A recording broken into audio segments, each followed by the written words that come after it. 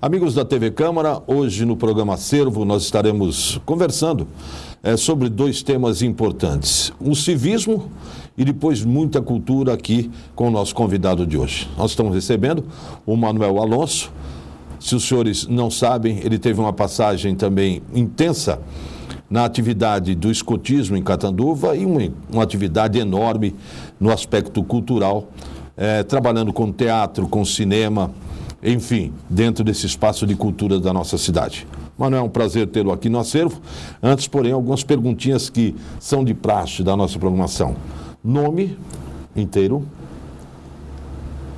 Manuel Dearo Alonso. Nascido? Mundo Novo. Mundo Novo. Hoje Ouro-Peixe. Ouro-Peixe. Veio para Catanduva? Eu vim para Catanduva em 1954. 1954. Com essa apresentação, agora vamos dissecar um pouco de tudo que o Manuel tem de história. Começamos, e ele até me dizia em off aqui, vamos falar logo de cultura, e eu consegui convencê-lo para a gente falar um pouquinho do escotismo. Para quem não sabe, nós tínhamos dois grupos de escotismo em Catanduva, isto há muito tempo atrás. Temos aí um grupo de escoteiros em Catanduva, mas eu gostaria que o Manuel falasse um pouquinho aqui no Acervo, pode ser até rápido, como foi essa chegada do escotismo em Catanduva, Manuel? Pois é, o SESC, Serviço Social do Comércio, ele é uma instituição que está sempre um passo à frente. Então, na época, quando o SESC ainda era recém-instalado em Catanduva, o SESC foi instalado em 1951, se não me falha a memória, 51, 52, e em 61, 62, sob a presidência do Jordano Mestrinelli, foi criado o Grupo de Escoteiro Guaicuruço. A chefia do Guaicuruço ficou por conta do professor José Moreira de Andrade, um ilustre professor, já falecido. Na época, eu frequentava a congregação mariana. E aí a congregação resolveu, para atender a necessidade de os meninos que frequentavam a congregação infantil, de criar também um grupo de escoteiro. E eu era a pessoa mais disponível na época para assumir esse grupo de escoteiro, chamado Grupo de Escoteiros Anchieta. Posteriormente, nem sei quais, não me lembro quais foram as razões, se fundiram os dois grupos. Talvez por uma questão financeira. Se fundiram os dois grupos, o grupo Anchieta e o grupo Guaicuruço. O professor José Moreira de Andrade ficou como chefe geral e eu fiquei como auxiliar. Posteriormente, o professor José Moreira se afastou e eu assumi por um período esse grupo de escoteiro remanescente chamado Grupo de Escoteiro Guaicuruço do SESC. Eu me lembro muito bem, por exemplo, além das atividades cívicas que tinha o grupo, eu estou querendo colocar isso porque o escotismo está muito ligado ao civismo, mas também as atividades de conhecimento de natureza, de campo, das atividades desses garotos nas ruas de Catanduva. Eu, inclusive, fui lobinho de um desses grupos. Eu me lembro, você foi lobinho. Então, por exemplo, nas manhãs de domingos, dos domingos, as nossas atividades orientando pessoas atravessando rua, ou passando. Hoje, ainda nós temos um grupo que faz essa orientação, que faz essa participação em Catanduva, Manuel? Tem, não mudou nada. A orientação escoteira é a mesma. E eu fui várias vezes nesse grupo que funciona lá no Jardim dos Coqueiros. Inclusive, você tem uma netinha escoteira hoje? Tem, a minha neta, a Sofia, é escoteira. E eu fui lá várias vezes, fui lá como voluntário, participei de um acampamento deles, como apoio técnico, na realidade como cozinheiro. E eles foram passar um fim de semana na chácara de um genro meu e eu fui dar esse apoio técnico, fui ser o cozinheiro deles. E além de dar alguma orientação de atividades noturnas numa pequena mata que tem lá, e fazer trilhas, uma série de coisas. Mas não participo assim muito ativamente. Agora, as atividades dos grupos escoteiros permanecem as mesmas. As mesmas. Há uma orientação hoje chamada de cidadania muito forte. Muito forte. Muito forte. A família é sempre um pensamento primordial dentro do escotismo. Eu fiz questão de fazer esse preâmbulo para que a gente pudesse reviver um pouquinho também o início do escotismo em Catanduva. Esses dois grupos, como o Manuel colocou, né, que eu sei que muita gente que acompanha a TV Câmara até já participou de um desses grupos, e depois esses grupos se fundaram e ficou um grupo só. Mas vamos falar de cultura. Para quem não sabe, né, eu acho que a grande maioria sabe, o Manuel foi um dos precursores do teatro em Catanduva.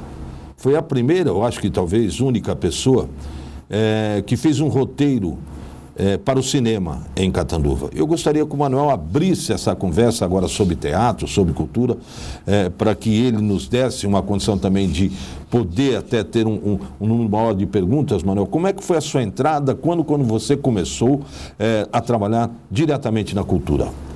Primeiro eu quero dizer para você, Gui, que nós estamos muito próximos do centenário de Catanduva e do centenário do primeiro grupo de teatro de Catanduva. Seria o primeiro grupo de teatro, estaria fazendo 100 anos. Catanduva foi criado em 1918 e o primeiro grupo de teatro em 1920. 2 anos após criar o município, foi criado o primeiro grupo de teatro, que eu tive a felicidade de conhecer, a honra de conhecer o diretor desse grupo de teatro, uma pessoa ilustre, de uma família ilustre de Catanduva, o seu Vicente Gílio. Isso em 1920 que ele fundou o primeiro grupo grupo de teatro, com sede na rua Mato Grosso, ali ao lado do tiro de guerra, hoje ao lado do tiro de guerra, numa casa que existe até hoje. Aliás, eu quero aproveitar de prestar aqui essa homenagem tardia ao seu Vicente Gílio. Catanduva deveria ter reconhecido o trabalho deste homem e da sua família em relação ao teatro. Infelizmente, foi esquecido. Mas em tempo nós estamos se aproximando ao centenário do início do seu trabalho, de prestar aqui na Câmara Municipal de Catanduva, através da TV Câmara, essa homenagem a esse ilustre cidadão catanduvense chamado Vicente Gílio. Você já me deu um gancho muito grande. Quer dizer que 2 anos após a fundação, após o município ser estabelecido, ser criado em Catanduva, surge o primeiro grupo teatral. Grupo de teatro. O que mais você tem de informação desse grupo, Manuel? Olha, esse grupo ele existiu até 1968, 70, o grupo ainda existia, sob a presidência dos filhos do seu Vicente. 42 anos depois? Poxa vida. Eu não sei, me parece que eles não fazem mais teatro, mas de qualquer forma, seria interessante que eles viessem aqui. Seria muito interessante para a gente falar desse passado do teatro. Isso. Aliás, seria interessante que se tornasse viva essa imagem do Vicente Gílio, para que Catanduva conhecesse, digamos assim, aquilo que foi o início do teatro no interior do estado de São Paulo. Você vai procurar o doutor Danton Gílio, você vai procurar os irmãos do Danton Com o maior Gílio. Prazer para a gente falar dessa época do teatro em Catanduva. E eles deverão ter ainda os textos. Eles faziam um tipo de teatro que hoje quase não se faz. Existe um grupo em Catanduva que ainda trabalha com esse tipo. Eles faziam o chamado teatro de repertório. De repertório. O que é um teatro de repertório? É um elenco fixo.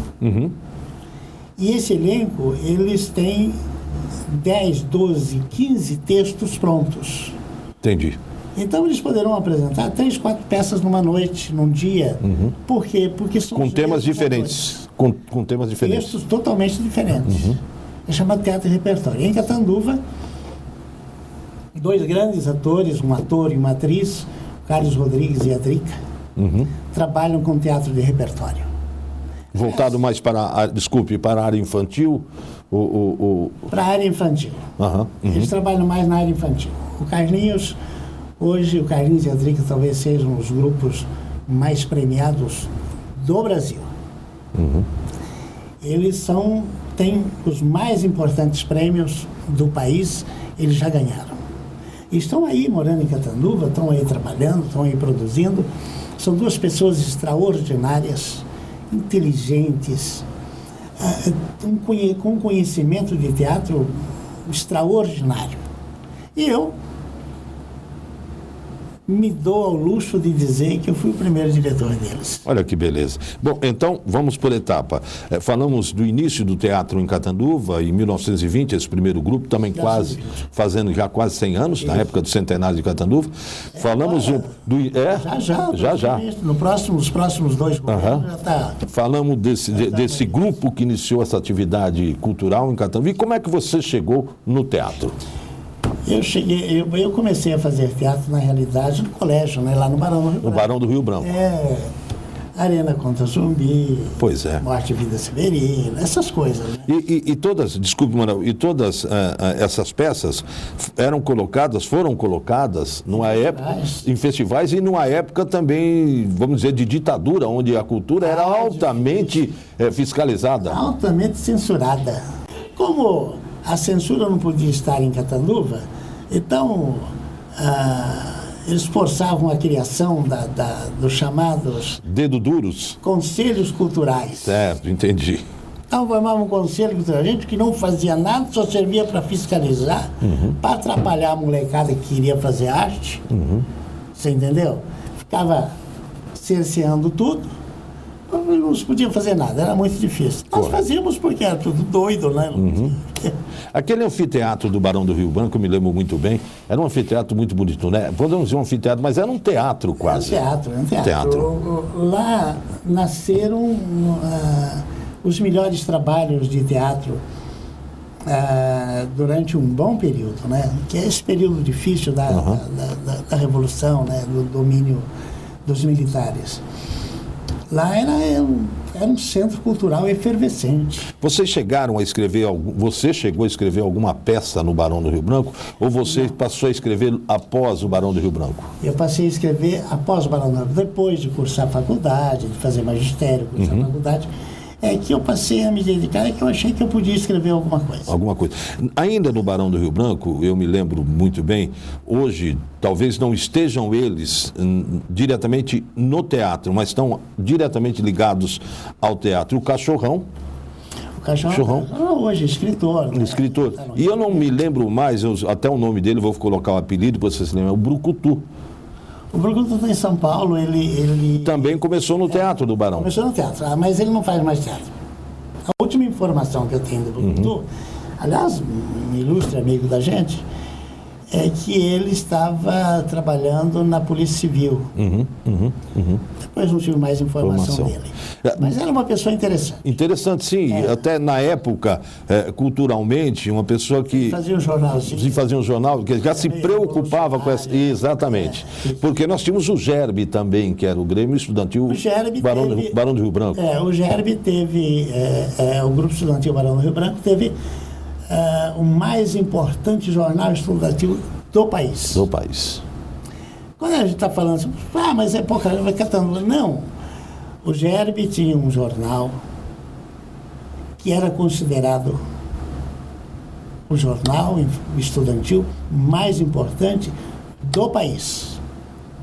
Não era mais importante aqui de Catanduva, não, porque circulava. Não, do país, um jornal respeitado pelas universidades. Sem dúvida. E o Barão do Rio Branco, naquela época, o aluno saía do Barão e ia direto para a USP. Não tem dúvida. ITA. ITA, não tinha cursinho, não tinha vestibular. Tinha vestibular, mas não tinha cursinho. Ele saía direto para as mais importantes universidades.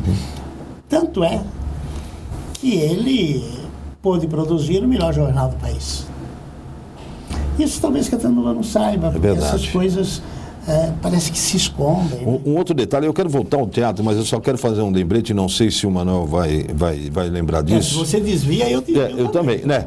Veja bem, mas ainda sobre o Barão, que nós entramos numa área do início do teatro também, para essa juventude, essa juventude de 60 para cá, enfim, hoje não tão jovens assim, mas passaram também pela juventude. Nós tivemos no Barão, e nós tínhamos no Barão, uma disputa democrática acirrada na escolha dos presidentes das diretorias do GEP. As diretorias, eu me lembro muito bem que teve uma época que era o Tigre, que era o filho do Edi Frei, o Clóvis Augusto, de um lado nós estávamos lá dele, e do outro lado era o Cachorrão, mas tudo no aspecto democrático, os debates, né, culturais. Eram duas áreas, né? A direita do palco. Isto. Mas nós está lembrando muito bem. O palco era a sede do grupo em atividade daquele que... É verdade, verdade. Depois, a época da eleição, do lado esquerdo... Era a suposta oposição. Mas você vê e nota, amigos da TV Câmara e do Acervo Catanduva, como havia uma participação ativa, política, cultural, histórica, educacional dos alunos dentro do colégio naquela época. Dentro do colégio. Era um negócio importante. Hoje você não vê mais isso. Hoje, como é que nós vamos classificar os estudantes de hoje? Não que sejam péssimos estudantes. É que parece que foge ao interesse deles as matérias específicas de colégio. Compreendo. E essas matérias específicas de colégio é a base do que ele vai exercer durante a vida inteira dele. Não tem dúvida, não tem dúvida. Se eu não tivesse me dedicado mais à literatura, eu nunca escreveria um texto, um roteiro para cinema e nem faria um texto para teatro. Eu não teria... A bagagem necessária. A bagagem, aquele princípio básico da boa redação. Verdade. Porque quando a gente fazia uma redação, eu me lembro que quando eu fazia o magistério, a professora Maria José D'Alessandro, de São José do Rio Preto, ela era minha professora de português, e uma vez ela pediu que nós fizéssemos uma redação sobre falava-se de um passarinho lá na classe, fizesse uma redação. Feitas as redações, ela escolheu a minha redação para produzir e colocar num painel. Manuel, que história maravilhosa você escreveu. Se eu não tivesse me dedicado a esse estudo da literatura... No Barão, lá foi a base, foi a raiz. Como é a base e a raiz, qualquer colégio hoje, para um futuro do aluno. Tem dúvida, não tem dúvida. Mas adianta dizer, não é porque o curso noturno hoje é muito fraco. Não é verdade. Não é verdade. O meu filho tem 19 anos, fez o colegial à noite no Paulo de Lima Correia, trabalhando durante o dia, fazendo o terceiro colegial à noite, saiu do colegial, foi fazer engenharia de informática, dessa área da informática, passou em 3 faculdades. Olha que beleza. Hoje curso segundo ano, quer dizer, então, não é o colégio que é ruim, é o aluno que tem que pôr na cabeça dele que a base da vida dele está lá. Está dentro da escola. Ou seja, na engenharia, ou seja, nos cursos técnicos, está lá dentro da escola. Manuel, voltando ao assunto do teatro, você dizia da época de Arena e Zumbi, etc. Zumbi, enfim, desses grupos que você formou e que você participou dentro do Barão do Rio Branco, já falou da Drica, do marido. Nós tivemos alguns outros que saíram e enveredaram ou procuraram nos grandes centros o caminho do teatro? Você se lembra? João Elias. Barão do Rio Branco. Barão do Rio Branco. Tem um menino chamava José Carlos Silva e não sei o quê, tinha um outro nome. José Carlos Silva e não sei se Araújo. Ele faz teatro no Rio de Janeiro até hoje. Não é um ator exponencial, que famoso, mas nunca parou de fazer teatro. Nunca parou. O teatro eu acho que é como uma cachaça, vamos dizer assim, quer dizer, é igual o rádio, é igual... É a mesma coisa quer dizer, rádio. O cara pode não ir... É uma atividade cultural. Que faz mesmo quem ama, quem gosta. Isso, e que a pessoa não tem como sair fora. Não tem como. Eu hoje, por exemplo, eu não estou mais na atividade cultural. Mas se tem uma coisa que eu faço bem, é programa de governo da área cultural. Isso eu faço bem, porque... Eu sou prova disso. Eu vivi 50 anos fazendo cultura. Então,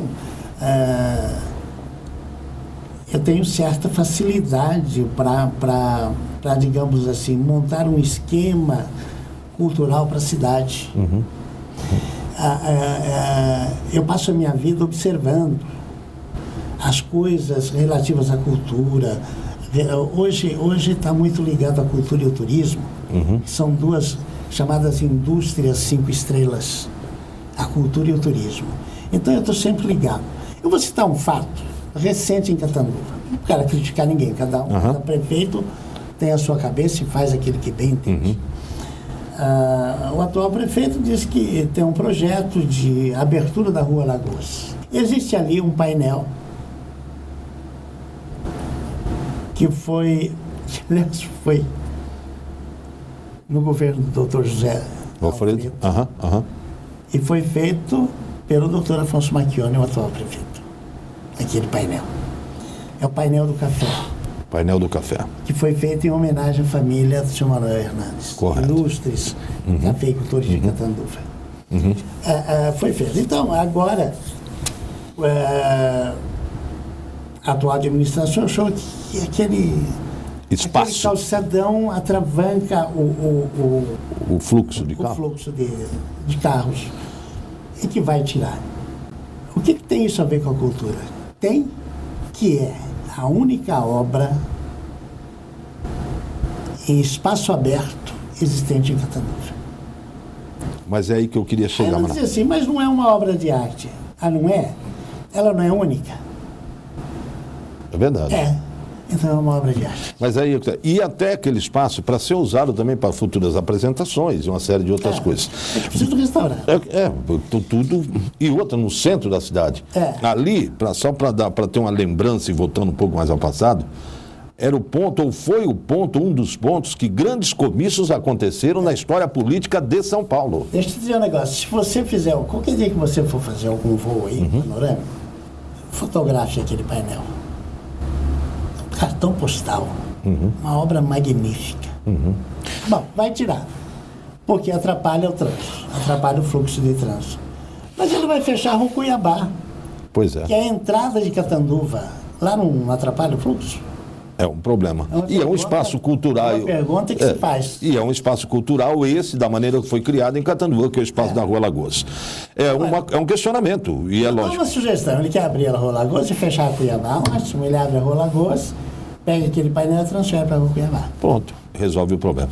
Manuel, na época do Barão do Rio Branco, as dificuldades de se apresentar o espetáculo, porque nós não tínhamos espaço, ou já tínhamos, talvez o bancário seria um espaço, como é que vocês apresentavam as suas peças? Sempre no Barão. Sempre no Barão. Era o melhor palco que tinha.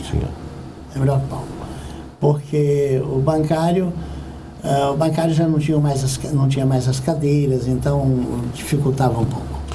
Houve algum... Nós tínhamos na época um grande palco extraordinário. Nós tínhamos um palco de 16 metros de boca de cena por 32 de profundidade. Você imagina um palco com 32 de profundidade, 16 metros de boca de cena, que é o Cine República. É isso que eu ia te colocar. E agora estava me lembrando do Cine República. Depois, por falha do prefeito da época, que eu não me lembro quem foi, não sei se era o Varley, se era o Reguei. Não, mas foi bem antes. Por falha dele, aquilo lá foi vendido, talvez me parece, na época, 40 mil reais, 40 milhões, não sei, o dinheiro na época, foi vendido para o Bradesco. E demoliram e desmancharam o mais perfeito teatro que tinha no interior do estado de São Paulo. Uma pergunta que eu gostaria... Interior, não. Era o melhor teatro do estado de São Paulo. Do estado de São Paulo. Uma pergunta que eu quero focalizar com você a respeito do teatro, pela sua vivência que você teve, nós vamos entrar no cinema também. O público de Catanduva foi um público voltado sempre à cultura teatral, ou foi um público na sua época e depois da sua época, quando você deixou de ser autor e passou a dirigir e fazendo mais direção, que foi um pouco ausente do teatro? Não, não foi. Quando você traz bons espetáculos, você lota o teatro. Se você traz os chamados caça-níqueis hoje, amanhã, depois de amanhã, sempre trazendo caça-níquel, quer dizer, são 2 ou 3 garotinhos bonitinhos e meninas... Entendi. Montam um texto, não é nenhum valor literário, nem nada, mas é chamado caça-níquel. Eles saem, porque tem nome na Globo, tem nome não sei aonde, eles vêm para o interior. O público vai lá, sai reclamando. Nossa, meu irmão, que porcaria, quem é que vai trazer isso? Então, eu tive muita experiência com teatro. Como diretor de teatro também. Eu caía muito nessa esparrela. Eu fazia assim, janeiro e fevereiro, eu ficava em São Paulo, assistindo ensaio de todas as peças que iam entrar em cartaz em abril. Aquelas que me interessavam, quer seja pelo valor literário da peça, pelo valor da obra, ou pelo elenco, pelo valor do trabalho do elenco, eu mantinha contato para trazer depois que saísse de cartaz em São Paulo e do Rio. Correto. Então eu trazia para cá. E sempre tive bom público. Às vezes acontecia de você trazer alguma peça que não tinha público. Também é porque Rio Preto estava com uma peça melhor do que essa que eu via lá. Uma das coisas mais interessantes que eu consegui em São Paulo foi quando eu trouxe O Calcutá. O Calcutá era uma peça famosa, ficou 30 e tantos anos em cartaz na Inglaterra, 28 anos nos Estados Unidos. Era uma peça fantástica. E entrou em cartaz em São Paulo e eu fui na estreia. Fui assistir a estreia. Achei um trabalho extraordinário, um elenco fantástico. Fui conversar com o Lílio Alonso, que era, apesar de ser Alonso, não é parente meu, o Lílio Alonso era o diretor de programação do elenco do O Calcutá. Conversei, quero vocês em Catanduva. Ótimo, nós vamos lá, que bom, você é o primeiro que chega aqui para pedir para o interior e tal. Só que a nossa programação aqui é de 3 anos. Ótimo. Quando passar os 3 anos, vocês vão. Mas vou. Ele marcou lá, em julho, 3 anos seguinte, Catanduva. Manuel Alonso, Teatro Municipal, Por 3 anos. Quando terminou em São Paulo, na semana seguinte, o elenco de O Calcutá se apresentou aqui em Catanduva. Casa cheia. Lógico, lotada. Casa cheia. Veio gente de Ribeirão, de Rio Preto, do estado inteiro. Como é que você nota hoje, lógico, sem qualquer tipo de crítica em relação ao que foi feito, que vai estar sendo feito ou não, mas qual é o problema, ou não tem problema, a frequência do público de Catanduva no nosso Teatro Municipal? Olha, mudou muito. Mudou muito por uma razão muito simples. Por uma questão de gestão. Eles procuraram dar prioridade aos grupos de Catanduva. Correto ou errado? O que você acha? Não, acho que poderia ter ser mesclado. Para Catanduva. Eu fui num dos últimos festivais. E o que eu notei é o seguinte: eu assisti 8 ou 10 peças de teatro. Todas elas com o mesmo perfil de direção. Entendi. O público assiste hoje, assiste amanhã, tem alguma coisa errada aí. O texto é diferente, mas o perfil de direção é o mesmo. Não diverge? Não diverge. Não diverge. Então, recentemente eu vi um comentário no jornal que assim fica difícil. Só tem programação para os jovens de Catanduva. Agora, um detalhe, Manuel, a respeito. O que é mais difícil? Interpretar, dirigir ou escrever uma peça? Olha, acho que dirigir é mais difícil. Mais dirigir. Por uma razão muito simples. O diretor é o olho do público. Correto. E, de repente, o diretor não interpreta bem o olhar do público. Aí ele coloca alguma coisa que o público não gosta. Então, é preciso quando você dirige, você precisa ter uma vivência muito grande com teatro. Porque esses garotos que trabalham 1, 2, 3 peças, depois ele monta um grupinho, ele vai dirigir, não deve fazer isso. A função do diretor é analisar a interpretação do ator. Qual é especificamente a função do diretor? O diretor é o seguinte, ele tem na cabeça dele todos os passos que os atores vão fazer em cena, tudo que os atores vão falar. Ele tem na cabeça dele o início, o desenvolvimento da trama toda e o chamado grande finale. Que é aquilo que leva a emoção dele ao máximo. Correto. Aquilo que o público sente que precisa voltar outro dia. Porque se não for assim, o público sai desanimado. Então o diretor, ele tem que ter essa visão. Ele é o olhar do público, ele representa o público, ele tem que saber o que o público gosta.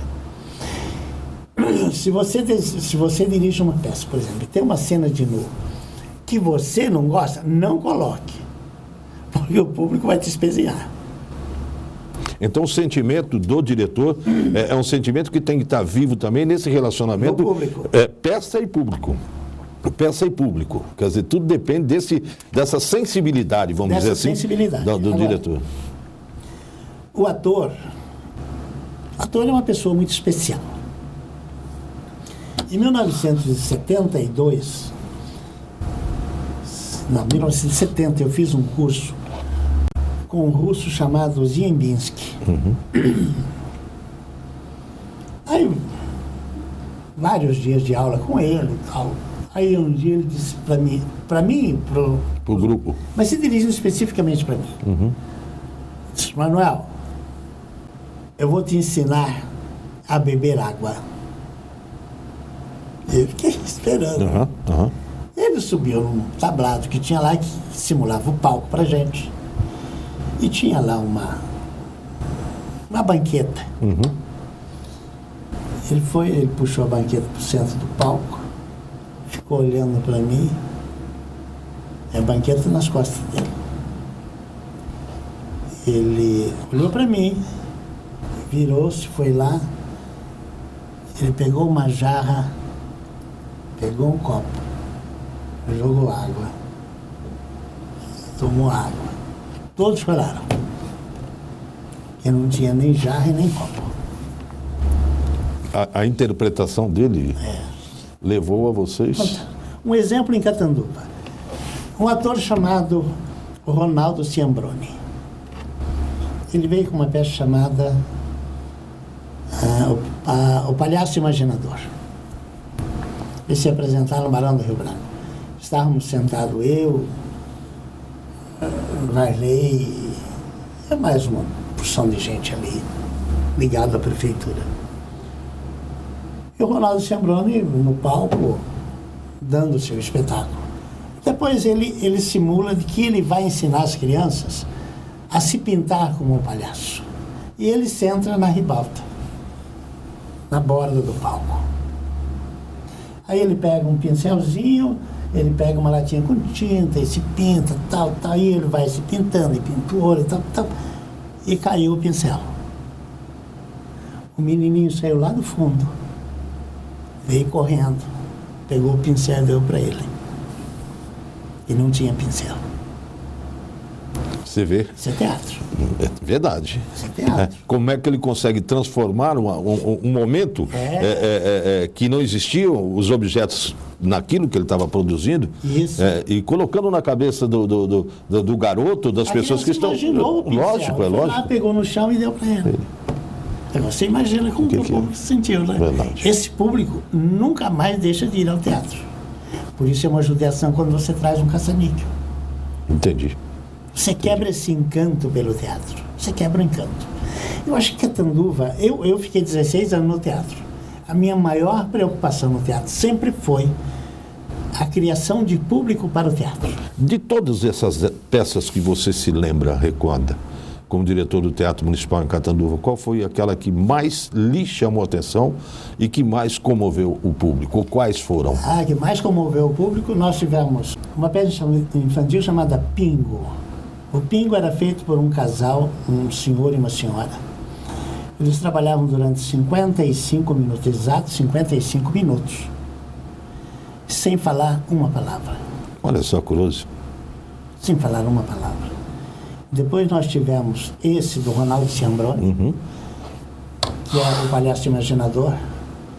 Nós tivemos também com o Ronaldo Ciambrone uma peça chamada Donana. Para você ter uma ideia, o Ronaldo Ciambrone, ele tinha coisa de 20 anos, 22 anos, quando ele é o autor do texto, ele escreveu Donana. Ele arrancou todos os dentes para ele poder fazer uma velha. O que é isso? Ele arrancou todos os dentes para ele poder fazer uma velha. Tanto é que você pegava a fotografia do Ronaldo Ciambrone, ainda com os dentes, e você pegava a fotografia do Ronaldo Ciambrone como Donana, como uma velha. Esse tinha 20 e poucos anos, esse aqui tinha 80. Ele arrancou todos os dentes para poder fazer Donana. Ele encarnava ou encarnou mesmo? Ele encarnou o personagem Donana. Então, eu assisti Donana em torno de 20 ou 22 vezes. Eu assisti em Catanduva, eu assisti em Rio Preto, eu assisti em Monte Alto, assisti em São Paulo N vezes durante uma temporada. E saía cada vez mais impressionado, tanto com a interpretação do ator, como o valor do texto, a história em si. Que é uma história interessante. O Ronaldo estava num ônibus em São Paulo, circular. Do lado dele tinha uma senhora e ele começou a conversar com a mulher. Aí a mulher disse, olha, eu vou... Ele ficou conversando com a mulher e a mulher falou para ele, eu estou indo ao hospital para ver uma vizinha minha que sofreu um infarto. Ela morava sozinha lá e nós tivemos que socorrê-la. E uma coisa tocou o Ronaldo. Um artista, ele é muito sensível, né? Tocou o Ronaldo disse para ela, eu não posso acompanhar a senhora? Ele falou, pode. E ele foi no hospital visitar aquela senhora que havia sofrido um infarto. E lá, conversando com essa senhora no hospital, a senhora contou a história da vida dela. Ele chegou em casa e ele escreveu a peça. Já que nós estamos falando em escrever e você colocava bem, se não fosse o seu aprofundamento, o seu interesse, a sua vontade dentro do período de Barão do Rio Branco, de enveredar mais pela literatura, enfim, aí você passou a escrever os textos. Eu passei a escrever os textos. Como é que foi essa inspiração para o texto? O que mais te marcou, o que não marcou? E quais foram os textos ou um texto que você conseguiu torná-lo numa peça? Olha, ou colocá-lo numa peça? Várias peças, né? Vários deles. Mas teve eu vou falar do mais importante deles. O mais importante deles para mim foi Francisco. Que posteriormente fiz também um roteiro para cinema sobre Francisco, chamado Francisco também. Que qualquer dia aí deve aparecer, me dá uma loucura qualquer e a gente acaba fazendo o filme também. O Francisco foi importante porque, na época, surgiu um filme chamado do Zé Firelli, Irmão Sol e Irmão Lua. Lembra desse filme? Irmão Sol e Irmão Lua, lembro. Todo mundo falava no filme Irmão Sol e Irmão Lua. E eu era uma pessoa muito dedicada ao estudo da história de Francisco de Assis. Eu sempre lia, eu tinha muita literatura a respeito de Francisco de Assis. Bom, aí um dia eu estou em casa... hoje eu vou dar aula com base na vida de Francisco de Assis. Na época eu dava aula de teatro com os meninos. Com os meninos e umas moças. E lá falei, olha, vamos fazer uns exercícios com base numa história que eu conheço. Aí nós começamos os meninos começaram a se exercitar. Aí eu falei, vamos fazer uma cena assim. Francisco está assim, está os seguidores dele, tal pai, tal mãe, e os meninos na aula reproduziam aquilo lá. Aí eu comecei a escrever as aulas que eu dava. Fui pesquisando, aí esse Carlos Rodrigues fazia parte do grupo lá. O Carlos começou a trazer matéria, mas ele já trazia resumido, né? Artista é assim, você vai lá atrás, ele já traz pronto para você. Aí foi fazendo, foi, digamos assim, acasalando todas as informações e saiu o texto Francisco. Aí o Francisco foi até um texto que foi... ele foi apresentado em todas as escolas do Objetivo, que beleza. Quara, Bauru, São José do Rio Preto, foi o estado de São Paulo inteiro, o elenco. E muita gente desse elenco, no fim, se transformou em atores de teatro, acabaram indo para São Paulo, entraram aqui, entraram ali e acabaram ficando... Manuel, qual é a diferença do teatro? Não existe diferença, já que você foi o primeiro a escrever um roteiro para filme, do teatro, de um roteiro de teatro para um roteiro de filme, não há diferença? Tem muita diferença. O roteiro de teatro tem 50 páginas, o roteiro de filme tem 750. Então é muito detalhe que você escreve, existe muita informação que você tem que passar, né? É diferente.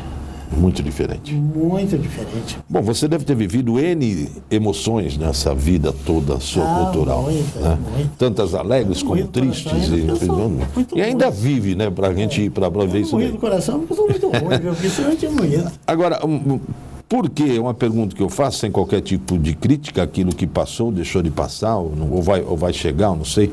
Com toda essa bagagem cultural que você tem, como funcionário público que deve ter aposentado, né? Aposentado.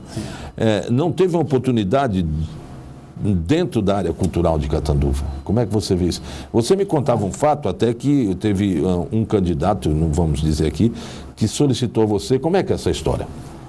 É um candidato a prefeito. Ele solicitou que eu fizesse um programa de governo. Aí, tá bom. 30 dias, 60 dias, faço o programa para você. Não, hoje à noite a reunião com os marqueteiros.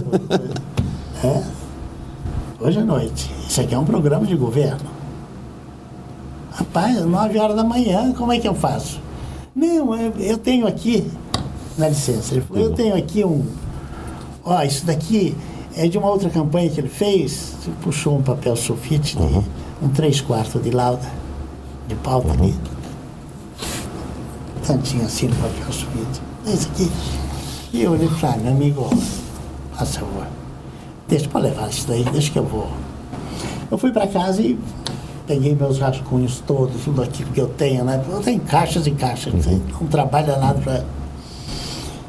Aí fiz um esboço de um programa de governo, não um programa completo de teatro, um programa de governo.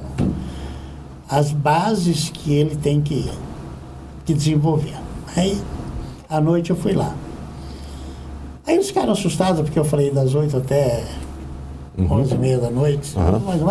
Mas, poxa vida, o que você está fazendo em Catanduva? Eu falei, estou trabalhando agora, me aposentei, estou ótimo na vida, está bom demais. Mas você não vai em São Paulo? Não, meu lugar é aqui. Eu dei aula em São Paulo, no Centro de Pesquisa e Desenvolvimento, Centro de Pesquisa e Desenvolvimento Pedagógico, uma instituição era mantida pela província franciscana. Eu dei aula lá para criação de texto e interpretação durante 12 anos. Eu ia toda quarta-feira para São Paulo, um sacrifício danado. Calculo. Eu saía daqui meio-dia, eu pegava folga minha na prefeitura de quarta-feira, eu saía meio-dia, ia para São Paulo. Chegava lá em São Paulo 6 e pouco, 7 horas estava no centro de pesquisa, lá no Cincinato Braga. A primeira para baixo, paralela à Avenida Paulista, esquina com eu não lembro o nome da avenida lá, Cincinato Braga. E aí dava aula? Eu dava aula até 11 horas da noite. Meia-noite eu ia embora. Cometão, meia-noite. Quinta-feira. Estava aqui, 8 horas ia trabalhar. É a vida. Quer dizer, então, eu dei aula há muito tempo lá em São Paulo. Aliás, eu tenho em casa, devo ter ainda algumas das apostilas, porque lá era só obrigado. Você dá uma aula, você tem que entregar o rascunho da aula para fazer a apostila. Conseguiu te fazer em Catanduva, para a gente já no fim do programa, desse bate-papo com você, Manuel, fazer um bom festival de teatro, ou não conseguiram ainda? Não. Eu acho que nem deve fazer. Você não acredita? Porque muita gente cobra isso, nós nunca tivemos... Não deve fazer. É por isso que a cultura em Catanduva não tem dado certo. Fazendo festival. Não. Ou nós formamos um grupo de excelência na cultura. Um grupo de excelência para decidir o que tem que ser feito. Entendi. E realmente implantar. Nós temos que fazer aquilo que seja referência. Você não pode fazer um festival de teatro, que a referência em festival de teatro, a nível não nacional, a nível internacional, é São José do Rio Preto. Não tem dúvida. Como é que você quer fazer um festival de teatro aqui e que seja famoso? Não. A referência em teatro é São José do Rio Preto. Folclore, Olímpia. Mas então não faz folclore, não faz teatro em Catanduva? Faz teatro em Catanduva. Mas você precisa fazer teatro, você tem que fazer um teatro que seja referência. Então você tem que fazer um teatro temático para ser referente. Quantos grupos nós teríamos hoje em Catanduva de teatros? Deve ter uns 8 ou 10 grupos de teatro. Mas trabalhando, apresentando aqui, acolá, ou só fazendo... Talvez uns 2 se apresentando. O Carlos Rodrigues e a Drica. Certo. São professores na matéria e já, não sei se estão no país ou se eles trabalham muito em Portugal, né? Exato. Eles vão muito para Portugal. Então, trabalham lá, na Itália também.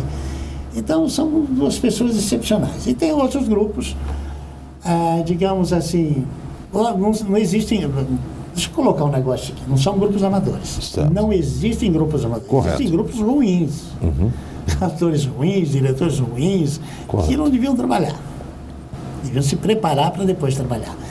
Então, mas tem alguns grupos que têm conseguido alguma coisa. Catanduva tem conseguido alguma premiação, conseguiu alguma premiação na área de teatro, mas muito insignificante. Não do Carlos, dos outros grupos. E tem conseguido uma boa premiação o grupo de dança. Exato. Na sua ótica, para a gente encerrar esse papo, Manuel, o que é necessário então para a gente fortalecer esses jovens atores em Catanduva? Há uma ausência dos poderes em cima da cultura dentro do teatro? Você vai ter um bom teatro em Catanduva quando você tiver a preocupação de ter público. Você vai dizer, mas como? São os grupos da cidade que fazem a plateia para todos os grupos. Entendi. O grupo que vem do Rio de Janeiro, que vem de São Paulo.